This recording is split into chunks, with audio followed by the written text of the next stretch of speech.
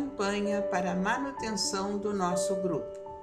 Participe acessando nosso site.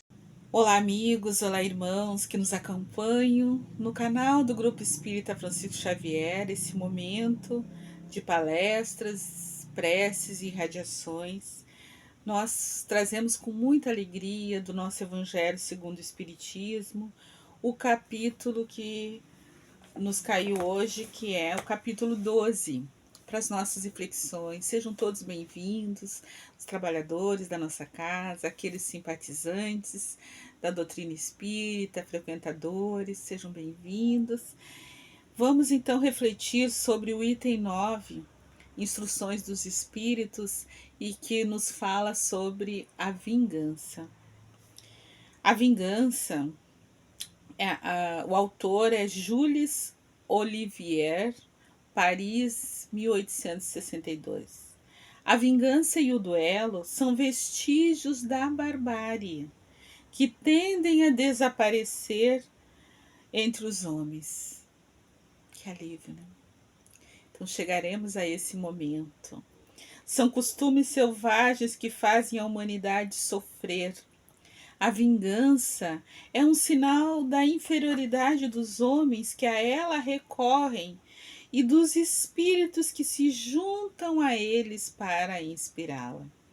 Então, a gente sempre fala e aprende, né, com a doutrina espírita que as nossas companhias são semelhantes, são atraídas por semelhança, né? De vibrações, de pensamentos, de ideias. Então, o semelhante atrai o semelhante. Então, se nós constantemente alimentamos ressentimentos, ruminações, mágoas, descontentamento com situações, com atitudes, né, com resultados de algumas ações, empreendimentos, se nós alimentamos pensamentos sombrios, nós iremos naturalmente atrair espíritos que desencarnaram e que se mantêm, né, na condição de espíritos desencarnados nessa faixa de vibração.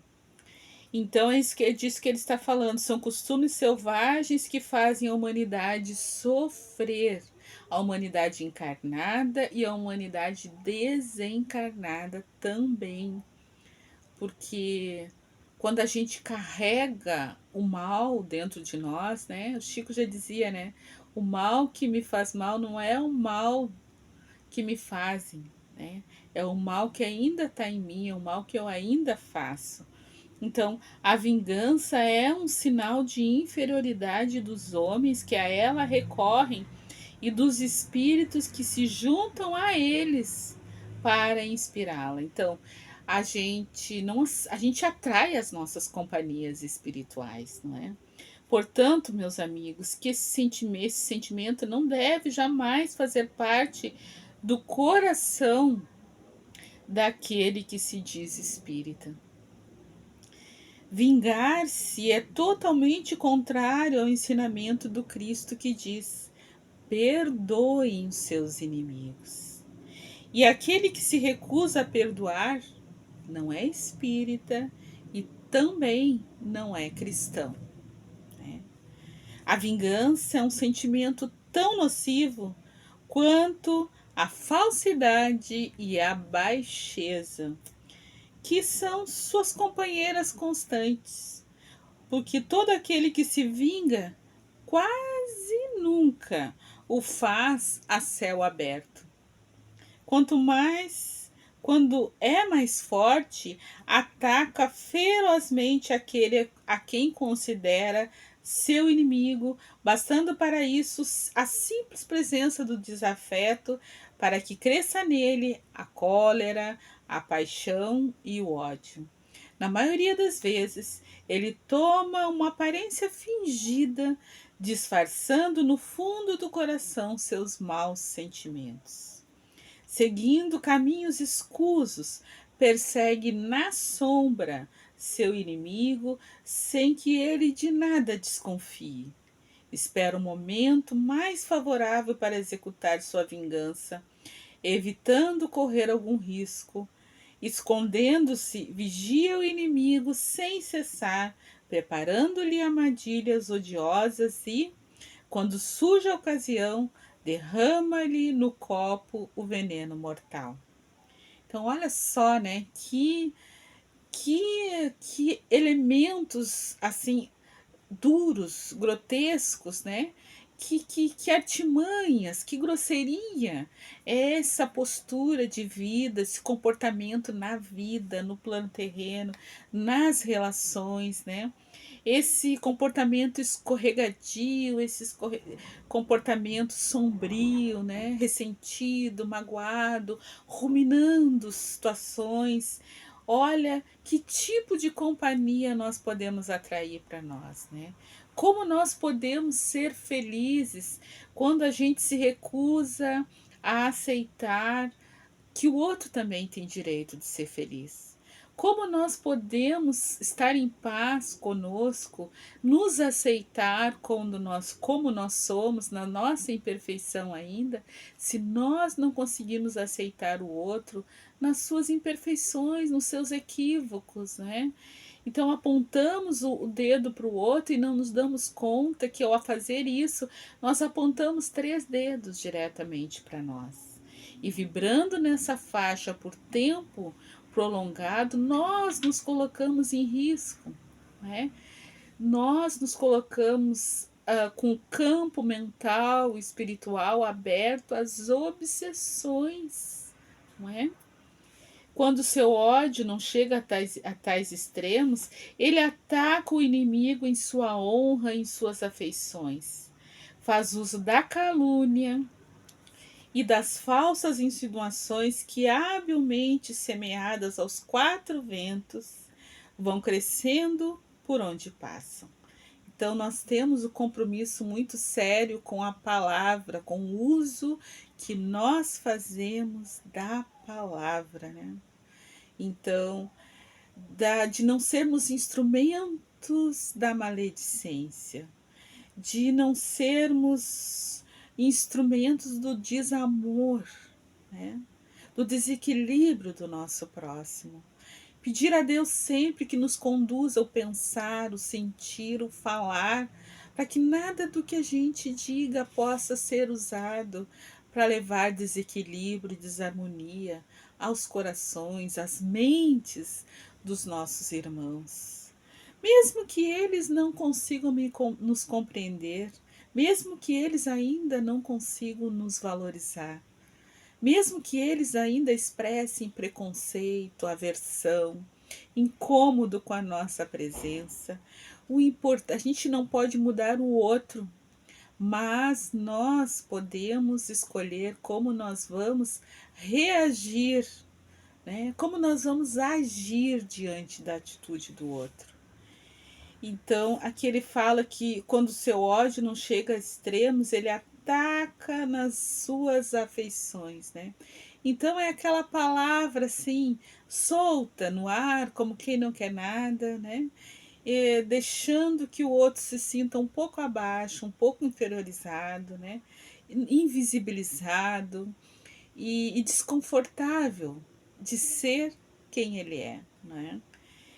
Expondo seus erros para ser julgado, né?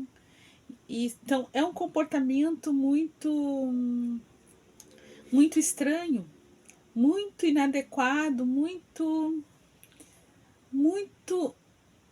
estranho mesmo. Essa é a palavra, né? Para quem abraçou o Cristo como seu modelo e guia. É disso que ele está falando aqui.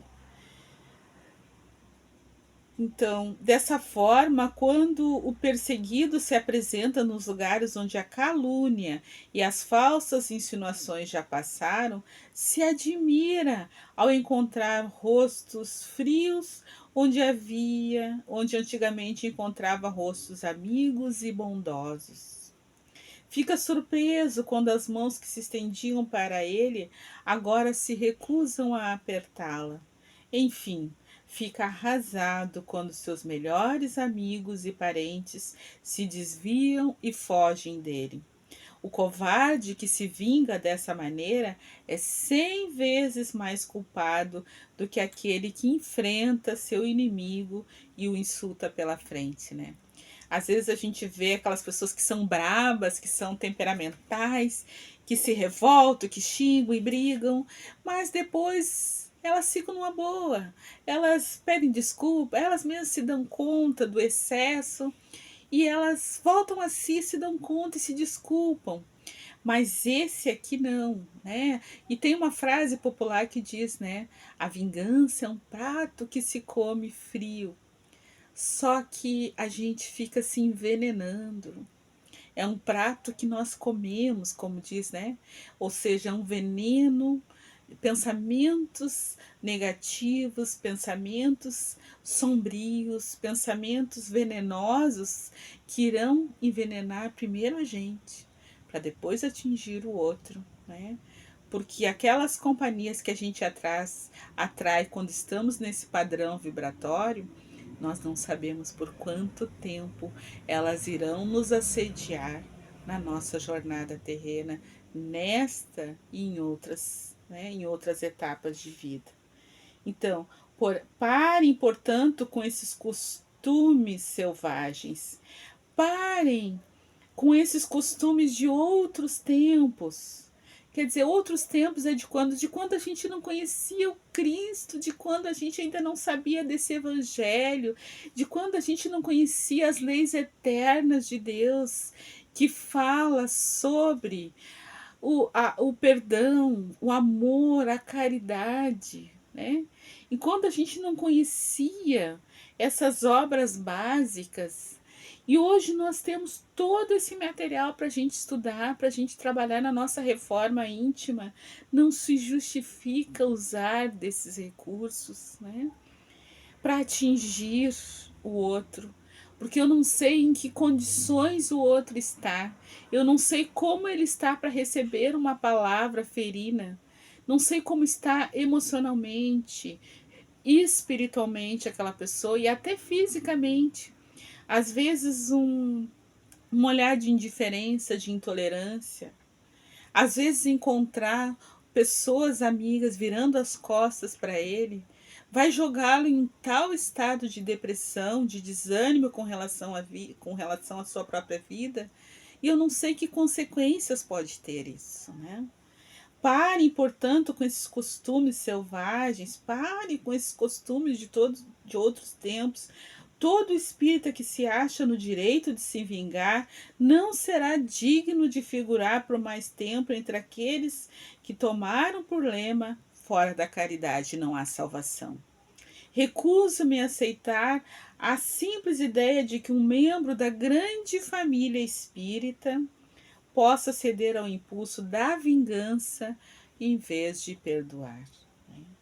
Então aqui Jules Olivier nos fala, nos trazendo as instruções, né, dos espíritos, como um alerta mesmo para essa necessidade que nós temos urgente de perdoar os nossos inimigos, transformá-los em companheiros de jornada que aprendem conosco, vendo as nossas lutas para nos melhorar, para sermos hoje um pouquinho melhor do que nós fomos ontem.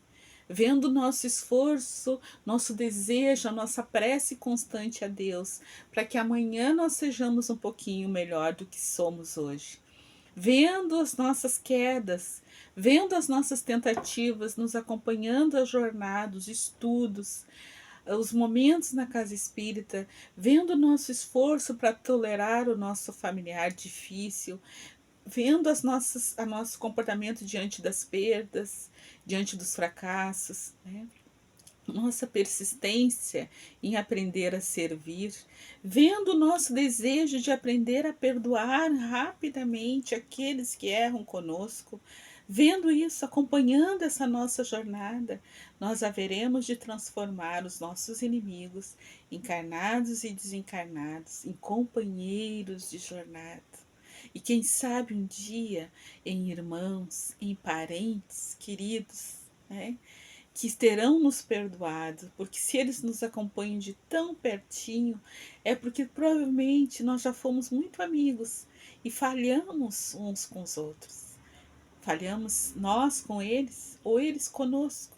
Frustramos suas expectativas que talvez eles tenham criado em relação a nós e que nós ainda não estávamos em condições de atender no nível que eles desejavam e esperavam que a gente atendesse. Então, nós estamos aprendendo a aprender. Aprendendo a valorizar a família, aprendendo a valorizar o trabalho, o emprego, aprendendo a valorizar as propriedades, dar o justo sentido e valor para os bens terrenos.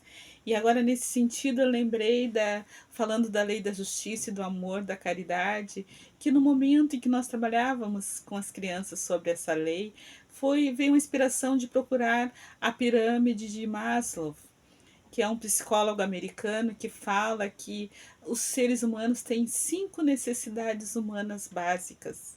Uma delas, as necessidades fisiológicas, que se refere à fome, atender à sede, à fome, ao abrigo, a necessidade da intimidade, a necessidade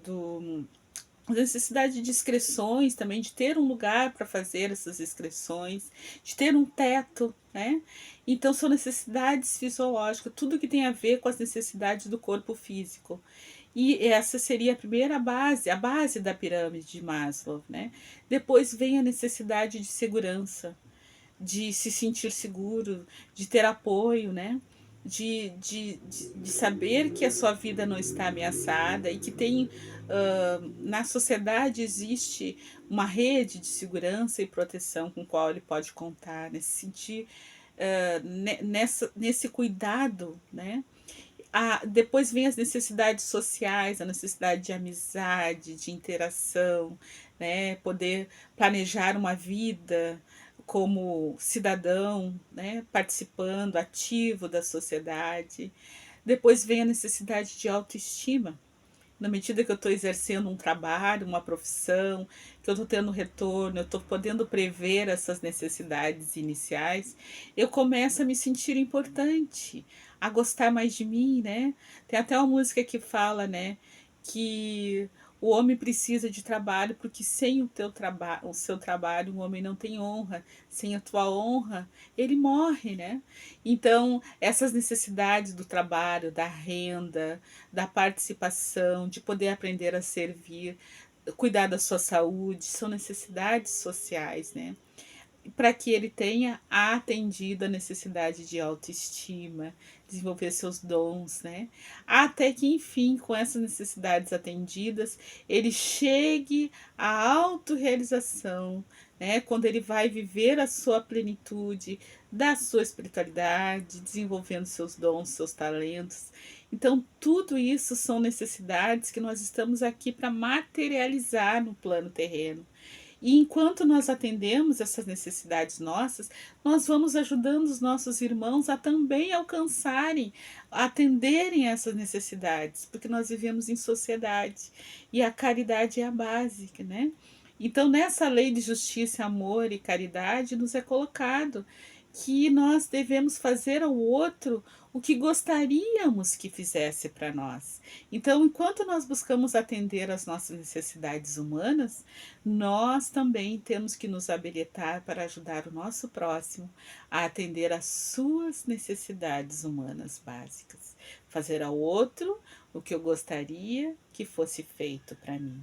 Exercitar o perdão, exercitar o esquecimento das ofensas. E para que a gente possa um dia nos reconhecer o grande outro em mim mesma, como nos diz Adenauer, né? Que a necessidade de vivenciar o sentimento de amor se encontra radicada no inconsciente de todos, à maneira de um arquétipo. Arquétipo é uma tendência natural na medida que todos possuem, constituindo-se uma espécie de selo divino do psiquismo. Então, amar ao próximo como a nós mesmos, perdoar para que sejamos perdoados, esquecer as ofensas e nunca, nunca, nunca alimentar no nosso coração o veneno da vingança. Um abraço a todos, irmãos. Quero convidá-los para nos acompanhar no momento das preces e irradiações que faremos em si. Preces e irradiações. Irmãos, vamos unir nossas almas confiantes para dedicar nossos pensamentos e sentimentos para quem precisa, quem está carente de saúde e de paz. Convidamos todos os irmãos a manterem seus corações e pensamentos vibrando nas preces que faremos a Deus a partir desse momento, em favor daqueles a quem endereçarmos nossas vibrações. Preces para os enfermos. Nesse momento, abrimos uma corrente de vibrações em benefício de nossos irmãos enfermos que se encontram em nossas casas, hospitais, casas de caridade e demais locais onde se acham passando por dolorosas provações. Senhor, pedimos alívio para esses irmãos, que o teu infinito amor permita que os divinos mensageiros possam deles se aproximar, suavizando-lhes o sofrimento. Senhor, se as tuas leis permitirem que possam recuperar a saúde, tenho muita coragem e esperanças sob tua misericórdia infinita. Prece para os desencarnados. Pai, lembramos com muito carinho dos nossos irmãos desencarnados, pedindo tuas bênçãos a estes irmãos queridos, que possam despertar para a realidade espiritual sob a luz da verdade e do teu sublime amor. Que se esclareçam, se libertem de todas as perturbações, reanimem-se e progridam, envolvidos na força da tua amorosa proteção. Prece para os lares. Pai, precisamos que o teu amor ilumine os nossos lares, afastando as trevas da incompreensão, dos vícios, do sofrimento, das perturbações espirituais. Ajuda-nos, Pai, a compreender que somos todos teus filhos, formando uma família com quem temos a necessidade de aprender a amar, auxiliando-nos uns aos outros. Que em nossos lares reine a harmonia e a paz sob as tuas bênçãos divinas. Prece para a paz no mundo. Em ti, Senhor, está a força suprema do bem e da paz que governa o universo. Abençoa os dirigentes de todas as nações, especialmente os do nosso país, que saibam governar bem, sob a tua proteção, no sentido da ordem e da fraternidade universal. Prece de encerramento. Graças, Senhor, por estes momentos felizes e pela assistência amorosa dos bons espíritos. Abençoa-nos, seja feita a tua vontade, despede-nos na tua paz. Que assim seja. Campanha para a manutenção do nosso grupo. Participe acessando nosso site